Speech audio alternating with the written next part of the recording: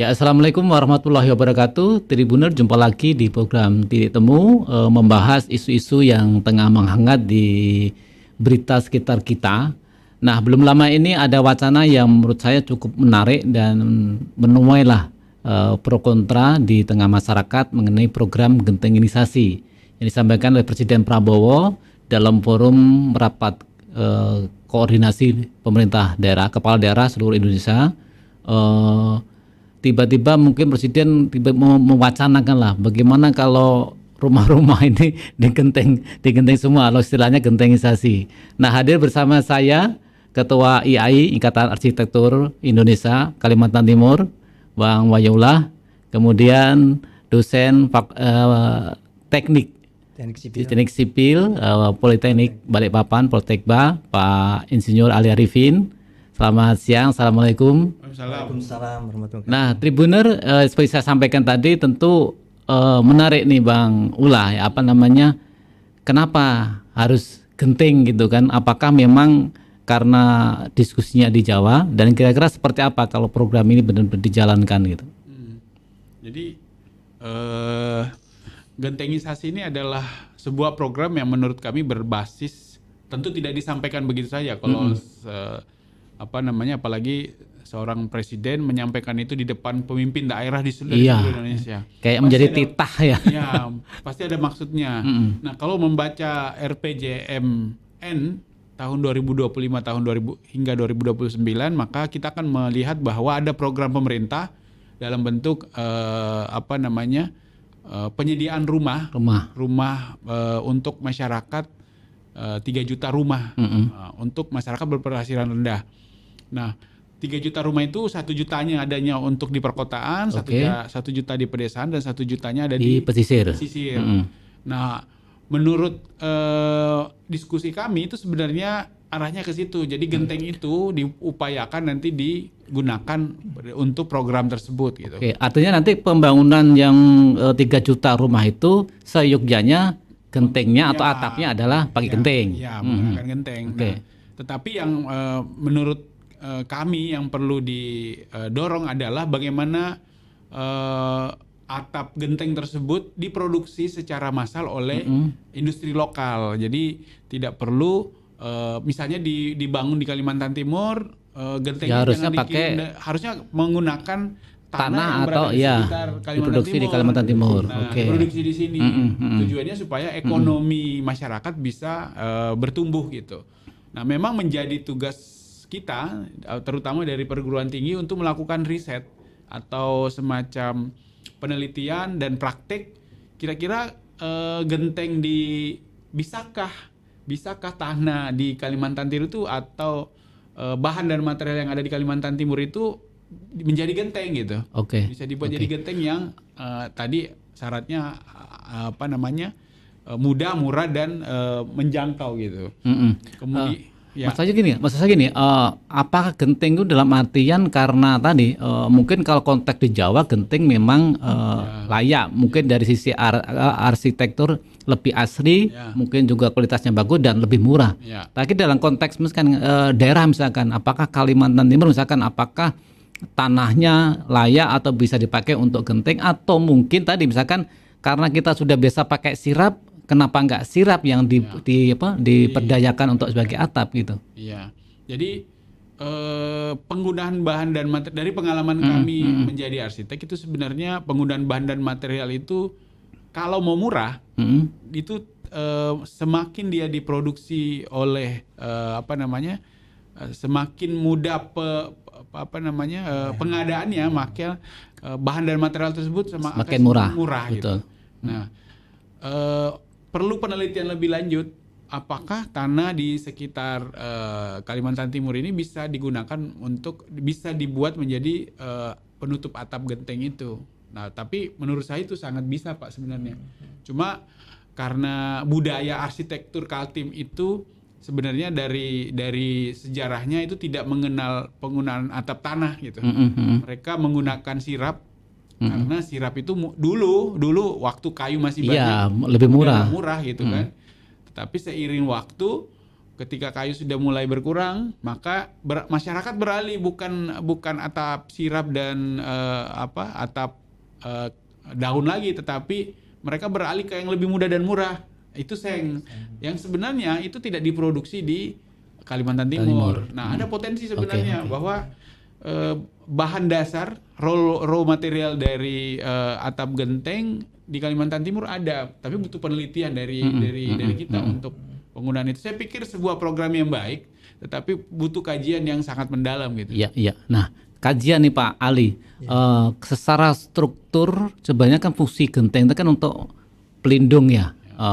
Tapi kan selain fungsi pelindung tadi fungsi asrinya tadi Pak. Bicara soal genteng kalau kita orang Jawa Pak Ali ya, itu kan juga mengalami berbagai inovasi kan. Dulu kalau salah ada kayak jerami. Ya. Kemudian genting tanah yang memang yang sekedarnya. Kemudian sekarang jadi genting press, genting yang beton dan sebagainya. Nah, seperti apa Pak dengan kita misalnya kenapa kok Pak Prabowo menyebut genteng nih gitu?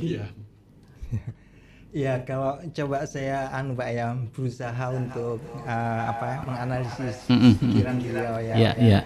Jadi pada intinya kan beliau itu ingin meningkatkan hidup masyarakat kita Pak ya, meningkatkan kualitas hidupnya ya agar nyaman, agar sehat, agar rasa keindahannya ada gitu ya dan seterusnya.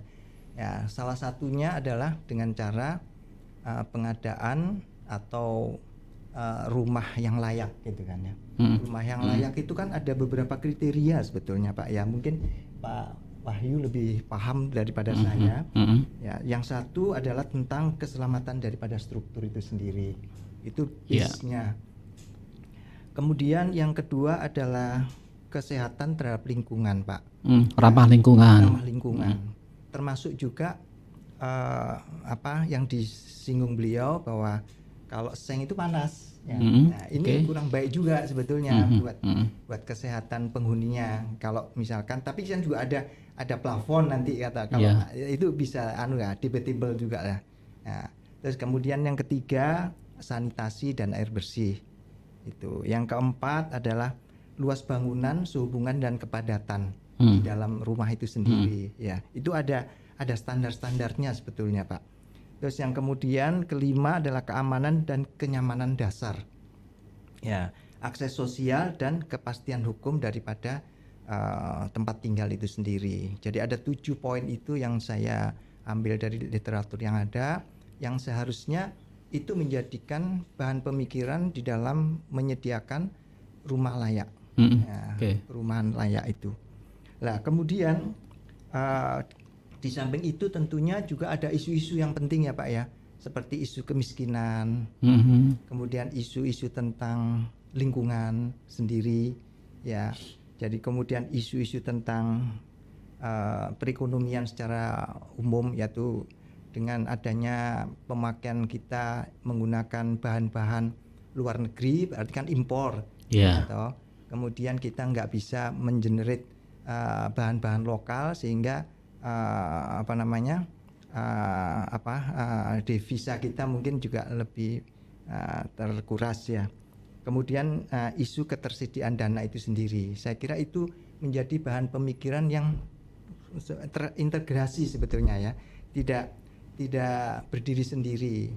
Walaupun demikian ya, isu tentang genteng ini Pak ya, tetap ada irisannya tentunya ya, ada irisan daripada persyaratan atau objektif yang akan kita capai tadi itu, baik itu yang tadi persyaratan rumah layak maupun isu-isu lain.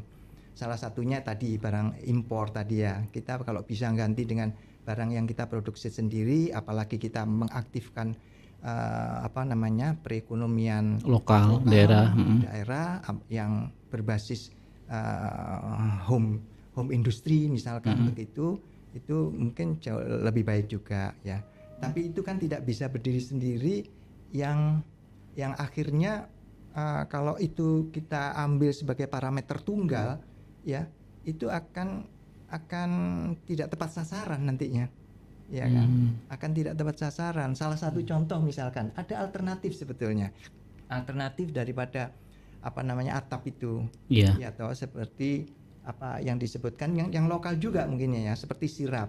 Nah, sirap kalau kita yang banyak import itu kan mulai dari Singkalu Mbak Yaseng ya, kemudian apalagi PVC betul. Kemudian bitumen ya toh. Bitumen itu kan sebetulnya hampir sama dengan kalau kita pasang bitumen yang flat itu hampir sama kalau kita masang sirap. Ya, hampir sama dengan sirap itu, Pak. Nah, jadi oke, saya pikir kita harus apalagi mungkin kita semua bantu beliau untuk berpikir yang lebih komprehensif ya. Bantu berpikir yang komprehensif. Jadi apa yang dijadikan proyek ini nanti itu tepat sasaran. Kemudian tidak menimbulkan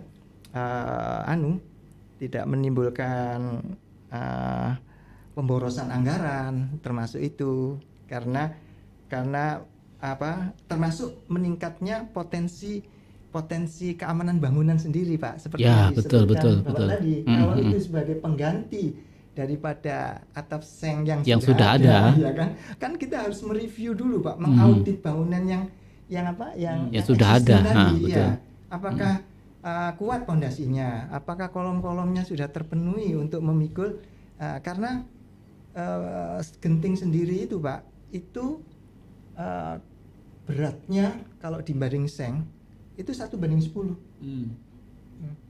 Jauh. Iya. Jadi per meter perseginya. Sementara yang sudah biasa pakai seng itu tentu kan konstruksi rank ya untuk menahan kan gitu juga. Gordingnya kan langsung aja, gording yang kecil-kecil kan ya. Tapi yang masih menjadi pertanyaan saya gitu Mas Wahyu tadi nih, apakah genteng ini hanya karena istilah ya, misalnya gini, Presiden mungkin berharap kenapa tidak tadi memperdayakan sumber daya lokal tadi, misalkan kalau memang Kalimantan itu potensi sumber daya kayunya bagus, kenapa nggak sirap saja gitu, mungkin di Irian, di Sulawesi mungkin beda juga, karena genteng kalau di Jawa memang genteng mungkin lebih murah gitu Mas Wahyu. Jadi kalau teknologi bahan dan material itu kan selalu berkembang, Mas. Ya betul. Nah, makanya saya dari awal selalu mengatakan butuh riset dan penelitian yang lebih mendalam. Kalau kembali ke isu tentang bahasa saya itu atapisasi bukan gentengisasi. Setuju. Karena atap apapun jenisnya itu sebenarnya diharapkan, apalagi kalau arahnya atau visinya dalam rumah MBR, maka itu harus murah gitu loh. Ya, murah betul. mungkin. Itu. Tetapi tidak mengurangi kenyamanan dan keamanan dari penghuni bangunan tersebut. Jadi bisa jadi suatu saat di Kaltim akan berdiri pabrik yang memproduksi bitumen sebenarnya bisa aja, Pak, di Kaltim. Kalau memang bitumen itu salah satu jenis atap, itu salah satu jenis material atap yang informasinya itu bisa mereduce suhu udara. Artinya ramah lingkungan. Oke. Harga terjangkau tentunya kan. Nah, tetapi industrinya kalau saya jangan dikirim, kan ini masalahnya Kaltim atau masalahnya Balikpapan, masalahnya Samarinda, bahan dan material bahan bangunan itu di luar semua. Jadi cost nanti lebih mahal. Costnya berlipat-lipat daripada di Pulau Jawa. Nah, makanya ide atau gagasan dari Pak Presiden tersebut mesti di breakdown lagi nih. Ini sebenarnya arahnya mau kemana? Tetapi dalam sejarah, kalau bicara budaya dan arsitektur, dalam sejarah arsitektur Kalimantan Timur itu belum ada yang muncul dari teknologi bahan dan material dari tanah liat sebenarnya. Lebih banyak dibangun itu karena ulin pada saat itu banyak, maka kayu, betul. Semuanya dari ulin gitu, Pak. Betul. Struktur utama itu dari ulin. Jadi konstruksi bawahnya ulin, substrukturnya juga ulin, bahkan atapnya pun dibuat dari ulin. Tapi hari ini karena ulin semakin langka dan dilindungi, maka mungkin butuh inovasi alternatif atau tidak harus ulin, mungkin kayu apa yang bisa untuk pengganti itu ya. Material. Banyak alternatifnya. Banyak banyak pintu-pintu untuk mempelajari hal tersebut. Dan Ya Indonesia ini kan dikaruniai begitu banyak sumber daya alam.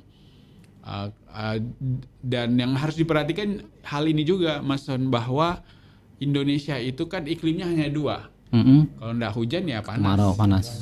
Jangan lupa memperhatikan bahwa 6 bulan itu adalah kemarau ya atau panas, 6 bulan sisanya adalah hujan gitu. Meskipun sekarang nggak bisa dipatokin juga. tapi paling nggak ada salju. Iya. Kalau di Indonesia itu ada salju, bentuk atanya berbeda lagi, jenis atanya beda lagi. Betul. Nah itu yang misalnya yang perlu dipertimbangkan, termasuk juga cost, harga kan. Setahu sepemahaman saya sebagai masyarakat awam, tentu kan misalnya, kenapa misalkan dulu genteng diganti misalkan kayak asbes, batu bata diganti batako yang murah. Akhirnya kan beberapa rumah yang RSS itu kan menggunakan bahan material yang memang yang murah kan. Nah, ketika misalkan Pak Prabowo mewacanakan atau mengimbau meminta kepada pemerintah daerah coba genteng nih. Nah, tentu kan juga bicara cost Pak Ali ya. Betul Pak. Ya.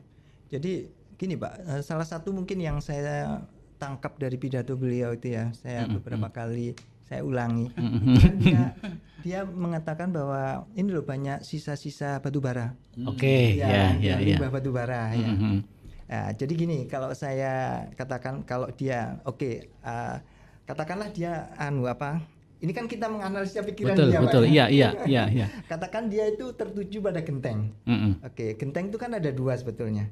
Ada clay atau berbasis tanah liat, dan ada yang berbasis daripada semen. Semen, betul. Ya, semen. Yang press ya, yang press ya. Okay. Dari yang semen itu tanpa pembakaran. Oke, betul. Kalau yang clay itu harus dibakar. Ya, harus dibakar dia. Nah, kalau untuk di dalam pemikirannya dia memang banyak Pak. Di sini banyak sekali fly ash yang terutama dari PLTU itu yang kurang aktif dia, sehingga terbuang begitu saja, dan itu pun relatif membuat polusi tanah.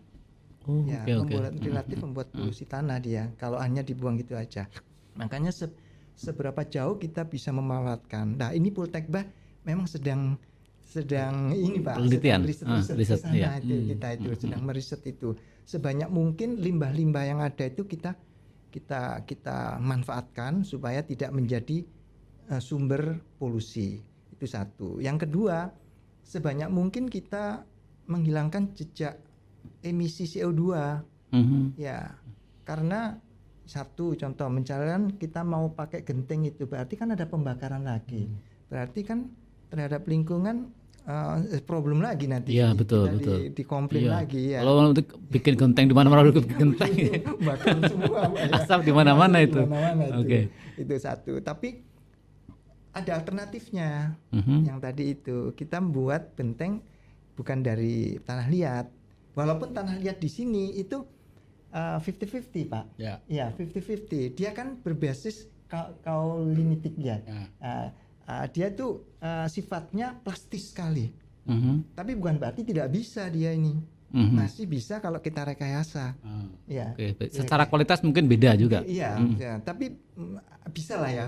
Kita bisa buat genteng dengan itu, tapi dengan rekayasa lagi, entah itu ditambah pasir atau apa yang sehingga memenuhi lah untuk bahan baku genteng yang dibakar tadi. Tetapi pasti harus dibakar kan? Dibakarnya bukan di suhu rendah, itu 900 sampai 1000 derajat Celcius itu harus dibakar ya. Berarti ada jejak-jejak CO2 yang timbul lagi. Belum lagi kan butuh bahan bakar Pak, kayu, tentu nebang-nebang lagi itu. Energinya dia Pak, ya kan?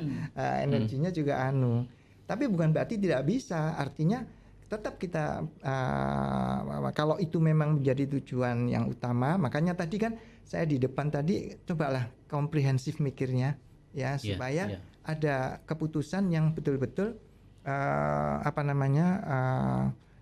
yang tepat ya, yang tepat sasaran dan itu dan itu memang bisa digunakan dengan teknologi tepat guna kan Pak, bisa dikerjakan dengan home industry gitu aja, atau kalau beliau katakan mengaktifkan koperasi Nusantara itu ya.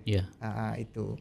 Nah, memang kalau bahan bakunya cukup banyak Pak ya, cukup banyak. Tanah liat di sini cukup banyak. Cuman tanah liatnya itu agak beda Pak dengan di Jawa. Ya, betul. di sini sifatnya itu kalau istilah di tanah itu clay shell Pak ya. Clay shell itu dia ya anunya gampangannya gini lah. Kalau dia itu kena air jadi bubur, ya kalau dia kena panas keras. Nah itu. Nah, kalau bahasa ilmu tanahnya plastisitasnya tinggi sekali dia. Nah ini kan gampang crack, gampang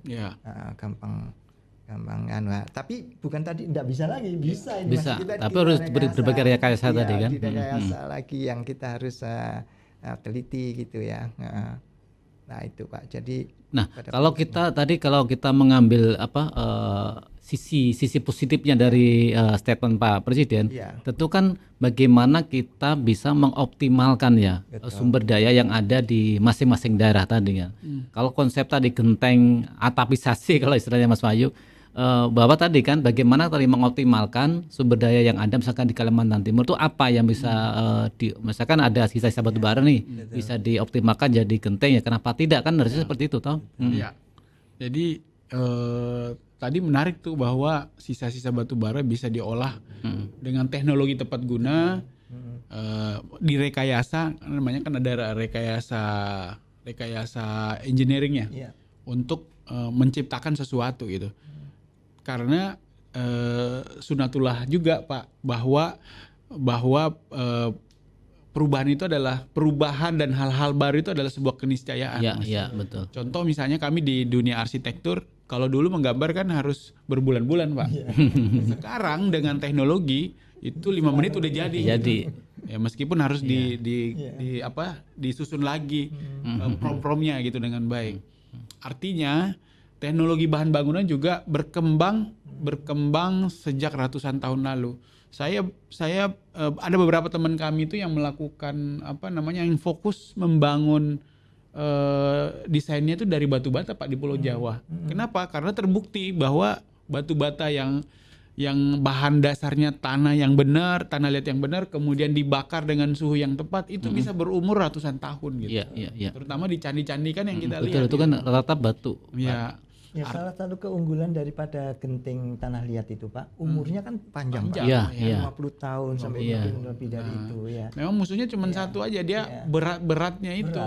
Beratnya, dan karena berat dia harus ditopang dengan konstruksi yang lebih berat, lebih besar, dan akibatnya biayanya lebih besar. Betul. Kalau bangunan massal itu akan menjadi satu pertimbangan utama berapa biaya dari pembangunan bangunan tersebut, karena atapnya ternyata harus ditopang dengan atap yang lebih besar. Itu tantangannya. Tapi kalau penggunaan bahannya, saya sepakat bahwa genteng itu salah satu bahan atap yang cocok dengan Indonesia. Yang tadi saya sampaikan bahwa Indonesia itu hanya mengenal 2 musim Pak, musim kemarau dan musim hujan.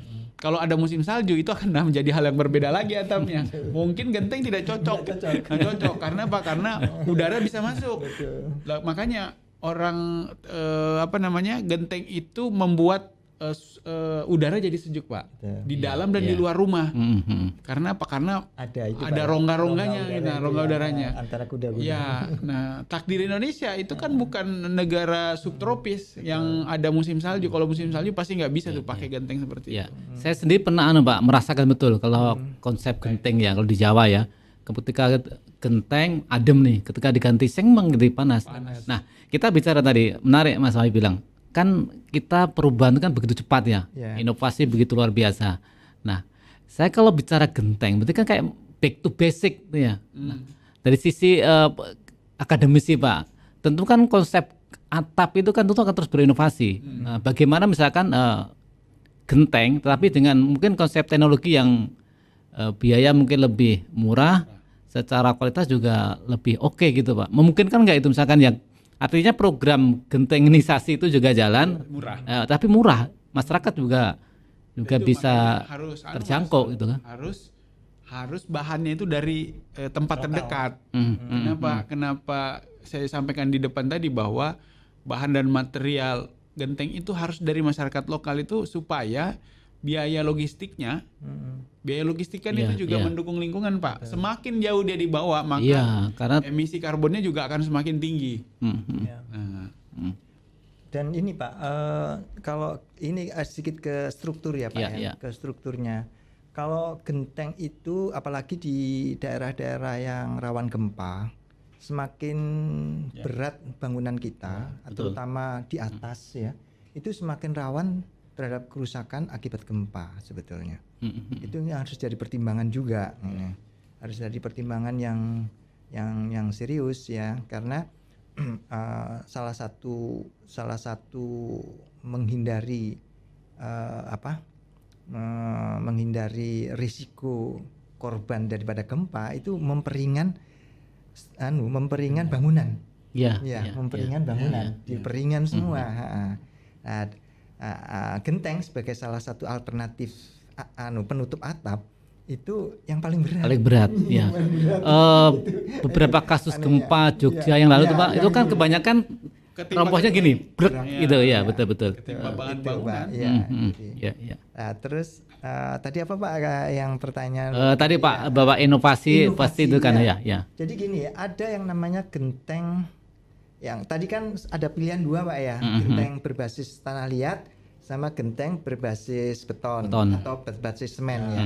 Nah, di tanah yang berbasis beton pada umumnya itu jauh lebih berat memang. Tapi kita bisa reduce itu dengan cara membuat beton ringan. Nah, dengan beton ringan, di mana mungkin nilainya separuhnya daripada nilai genteng beton biasa. Itu separuhnya. Tapi masih dan dia bersaing dengan tanah liat. Tanah liat itu jadi nanti kita itu ada, kalau kita membuat genteng daripada genteng beton ringan, itu nanti paling bawah paling ringan dia, walaupun tidak seringan seng mungkin. Nah, kalau tadi 1:10, ini mungkin 1:5 atau 1:6 gitu ke beratnya per meter perseginya. Nah itu. Atau misalkan dimodifikasi seng juga, karena ada yang seng dilapisin pasir gitu Pak. Ya itu bitumen tadi. Ya jadi ada lapisan. Itu memang sebetulnya kita nggak bisa Pak ya, nggak bisa terpaku pada satu aja satu alternatif material ya. Kita sesuaikan lah dengan lokalnya, dengan pertimbangan strukturnya, teknisnya. Terutama biaya Pak. Biaya kan? Karena kita membangun kan ada perhitungan biaya sangat. Betul. Makanya syarat biaya itu bisa murah kalau memperoleh bahan dan materialnya dari jarak dekat.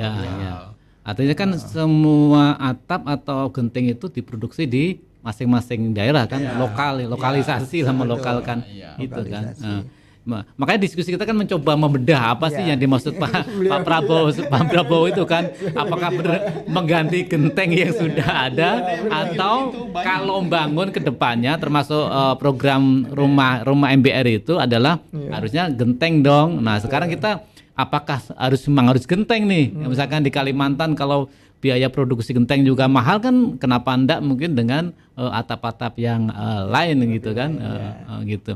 Salah satu pertimbangannya sebetulnya Pak, apa sih keunggulan genting tanah liat atau beton? Itu jauh lebih awet Pak ya. Iya betul ya.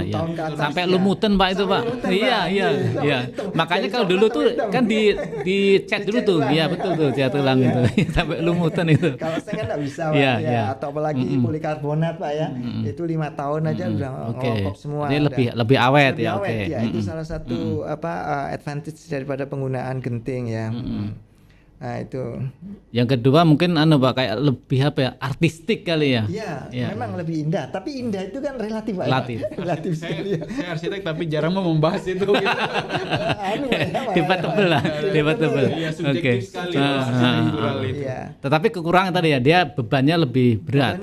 Apalagi di daerah gempa Pak. Itu kalau bisa ya ambil yang ringan. Ambil yang ringan. Oke. Itu filosofinya enggak apa ya?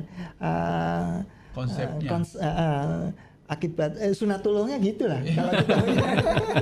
Kalau kita mau buat risiko kecelakaan pada daerah gempa ya seringan mungkin itu yang kita pikir sebagai seorang civil engineer. Ya. Iya. Makanya saya sebenarnya juga kadang kan kita ini kan ketika mendengarkan sebuah statement itu kan agak apakah iya ya gitu. Ketika Pak Prabowo bilang misalkan ke Balikpapan lihat reklame spanduk ayam goreng segala macam, ya mungkin pas beliau lihat itu sebenarnya tujuannya adalah bagaimana ya kalau ditertibkan dong, dirapiin kan gitu. Makanya ketika program gentengisasi menurut saya juga apakah harus diganti genteng-genteng atau ya tadi misalnya apakah ketika nanti kedepannya membangun ya sebaiknya sih harusnya pakai genteng, jangan pakai seng yang membuat panas gitu tapi kan Mas Wahyu sekali lagi oke, jadi tadi saya sudah kita dapatlah diskusi bahwa ya layaknya memang harus genteng nih, tapi sekali lagi harus disesuaikan dengan konsep lokal ya, kearifan lokal ya, disesuaikan dengan lokal gitu ya. Karena kalau tadi pernyataan di awal bahwa kalau ini arahnya adalah untuk bangunan 3 juta rumah yang diprogramkan oleh pemerintah, maka bahan dan materialnya harus semurah mungkin, Pak. Ya, betul. Karena harga rumah itu juga harga yang harus terjangkau kan, sangat. Dan menurut saya ada hubungannya dengan itu. Kalau analisa saya sebagai praktisi gitu, karena kan beliau mencoba menekan biaya bangunannya. Kemudian yang kedua, beliau pasti berpikir bahwa konteks lokal ini bisa menjadi satu variabel yang sangat penting menentukan bahan dan material bangunan tersebut. Nah, yang menarik sebenarnya adalah sekian lama kegiatan kita berarsitektur, bersipil engineer, kok tiba-tiba ada presiden yang menyinggung khusus sebuah genteng. Ya, itu output sebenarnya. Tapi kalau dikaji lebih dalam itu ada outcome-nya. Jadi kalau bahasa kami itu ini bukan sekedar penyebutan satu bahan dan material bangunan, tapi lebih lagi lah ya. Itu dimaknai sebagai multi perspektif gitu, bahwa jangan-jangan juga Pak kita yang berkecimpung di dunia konstruksi ini sebenarnya mohon maaf gagal memproduksi bahan-bahan lokal gitu, tidak mikir untuk bahan-bahan lokal. Dan itu bagi saya juga ada tanggung jawab dari bukan hanya pemerintah, tapi juga mungkin dari kampus-kampus yang harus banyak melakukan riset tentang bahan bangunan dan material-material lokal yang sumbernya dari Kaltim. Dan kalau dilihat masa lalu ya, Mas Son, orang tua kita itu atau nenek moyang kita di Kalimantan Timur contohnya, mereka bisa menemukan bahwa mereka membangun rumah itu dengan kayu ulin semuanya, karena bahan itu mudah dia peroleh gitu. Bahkan untuk menciptakan atap setipis sirap itu, mereka bisa mikirin itu. Sampai sedetail itu ya. Gitu. Nah, ketika itu belum ada sekolah insinyur atau sekolah arsitektur gitu. Nah itu, kearifan lokal itu justru mereka dapatkan dari bahan-bahan lokal yang ada di sekitarnya. Nah ini mungkin perlu kajian Pak, perlu perlu riset lebih mendalam. Dan kalau saya sih menanggapi hal positif dari pernyataan presiden itu gitu. Nah Pak Ali, kalau kita bicara tadi soal atap, sekarang kan memang begitu banyak ya model dan produk-produk atap ya, mulai dari seng kan segala macam. Nah tadi kalau bicara kita konteks lokalkan gitu ya, bahwa kita perlu inovasi, tapi kenapa tidak yang memperdayakan sumber daya yang ada gitu Pak? Memungkinkan gitu Pak Ali? Saya kira memungkinkan juga Pak, termasuk kembali ke atap sirap ya Pak ya. Karena gini ya, ini saya juga secara secara manusia saya juga kenapa saya itu dari dulu belajar tentang beton baja, kenapa nggak kayu? Ya, padahal kayu itu kan sumber daya yang bisa terbarukan Pak. Asal betul-betul di-manage dan tidak dibuat kita harus selektif juga disiplin, disiplin di dalam menjalankan itu kan gampang toh Pak ya. Kita misalkan katakan kayu ulin itu berapa 50 tahun ya Pak ya, berarti kan 5 tahun kemudian seharusnya udah 50 tahun ya kita, yang baru kita bisa rencanakan kan itu Pak sebetulnya Pak ya.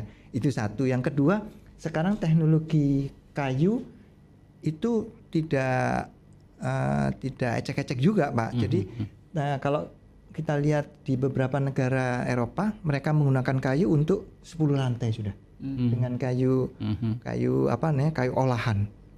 Ya, kayu olahan itu. Nah, makanya kalau ya mungkin jangka panjang ya ini Pak ya.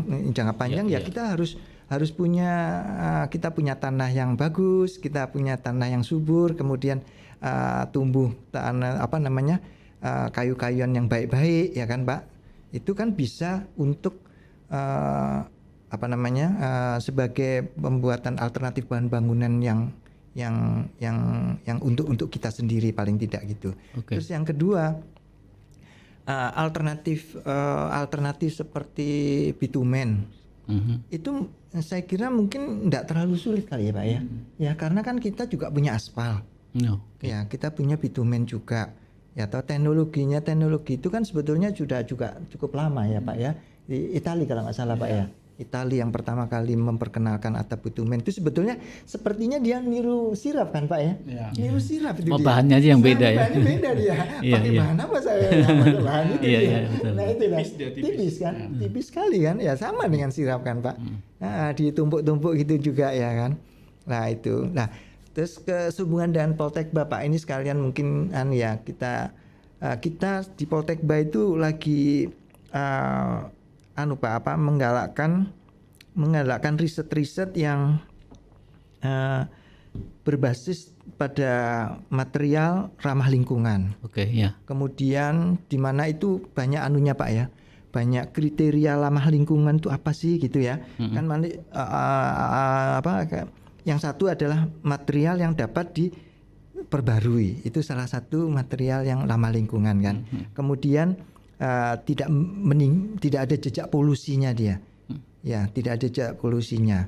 Terus kemudian tidak merusak keseimbangan alam. Misalkan eksploitasi. Nah, sebetulnya kayu kan enggak Pak. Sebetulnya kalau itu enggak terlalu berlebihan juga. Berlebihan. Enggak dalam tanda kutip enggak serakah lah ya gitu ya. Ya sesuai aja dengan kebutuhan. Makanya di dalam Al-Quran itu Pak ya ada Pak ya di surat apa Pak? Surat Ar-Rahman ya Pak ya. Allah menciptakan keseimbangan dan dan jangan kamu merusak keseimbangan itu. Itu sudah di state itu di Ar-Rahman itu dan banyak sekali ternyata ayat-ayat lingkungan Pak itu di dalam Al-Quran Pak. Ya. Jadi ya banyak sekali sebetulnya. Nah, terus kemudian hemat energi Pak. Kemudian pemanfaatan limbah itu sendiri. Ya, salah satu yang sudah sering kita lakukan ini Pak, pemanfaatan limbah dan ini Pak mungkin mudah-mudahan disertasi saya itu ke arah situ sebetulnya nantinya itu. Pemanfaatan limbah itu Pak ya. Jadi seperti termasuk instrumen itu Pak yang limbah batubara? Limbah batubara, fly ash. Ya.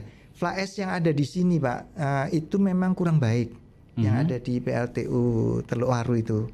Itu kurang baik sehingga mungkin pemanfaatnya nggak optimum. Sedikit sekali pemanfaatannya. Nah itu kita sedang mikir gimana ya supaya pemanfaatannya lebih besar dari situ ya. Ada ya nanti kita punya rekayasa gimana supaya yang tadinya fly ash itu kurang atau tidak aktif menjadi aktif dia. Nah itu mungkin ada tambahan material yang lain ya gitu supaya dia menjadi lebih aktif gitu. Oke, siap. Ya. Terakhir Mas Wahyu tadi terkait program gentingisasi tadi. Artinya bagaimana kita harus menyikapi hal itu, terutama di Kaltim lah. Ya tadi saya tekankan bahwa pernyataan itu mestinya kalau di dunia konstruksi itu menjadi sebuah PR besar bagi kita gitu. Sebagai kajian lah ya. Tidak boleh Pak ya makan mentah-mentah. Ya betul. Sepakat. Iya. Analisanya berkali-kali rupanya ada hubungannya dengan akan ada program 3 juta rumah itu. Barangkali ada dengan itu. Presiden berupaya supaya sektor jasa konstruksi itu bisa tumbuh gitu. Dengan penggunaan bahan dan material lokal yang ada di sekitar wilayah pembangunan rumah tersebut. Ya kan? Kemudian yang kedua, ternyata selama ini kita itu jangan-jangan kalah dengan kearifan lokal tukang-tukang zaman dulu yang yang banyak yang melihat bisa memanfaatkan bahan potensi lokal di lingkungan gitu. kita ya. Bahkan sebenarnya zaman Belanda waktu datang terutama kayak di Balikpapan, mereka paham dengan kondisi lingkungan kita gitu. Jadi kenapa rumah-rumah di Pertamina itu Ini dibuat rumah panggung gitu ya. rumah panggung kemudian dibuat tinggi-tinggi. Kenapa? Karena mereka paham bahwa rumah di tropis itu tidak boleh rendah gitu. Dia harus tinggi supaya udara bisa bersirkulasi dengan baik. Begitu juga penggunaan atap. Kalau penggunaan atap sirap, karena memang itu yang paling mudah, paling murah, paling efektif, paling efisien. Dan tadi ramah lingkungan, tidak berat gitu ya bebannya. Tetapi ada international wisdom juga yang mereka lakukan. Mereka tetap mengirim, misalnya kalau di rumah-rumah di Pertamina itu mereka menggunakan industri besi pada saat itu. Jadi pengunci-penguncinya itu dari besi, Pak. Dari besi.